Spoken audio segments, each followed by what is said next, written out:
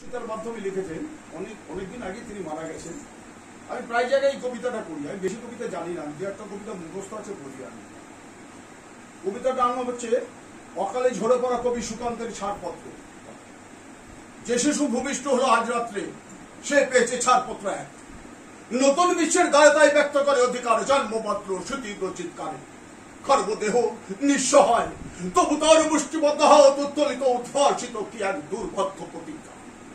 সে ভাষা বোঝে না কেউ, কেউ হাসে, কেউ করে বিদ্যুৎ তিরস্কার। আমি কিন্তু মনে মনে বুঝেছি সে ভাষা পেয়েছি নূতন চিঠি আসন্ন যুগে, পরিচয় পত্র পরি ভূমিষ্ঠ শিশুর অস্পষ্ট কুয়াশা ভরা চোখে।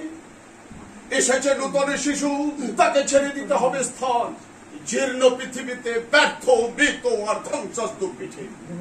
চলে যেতে হবে আমাদের, চলে যাব, তবু আজ যতক্ষণে দেহ আছে প্রাণ, প্রাণপণে পৃথিবীর সর্বজঞ্জাল এ বিশ্বকে শিশুর বাসযোগ্য করে যাব আমি।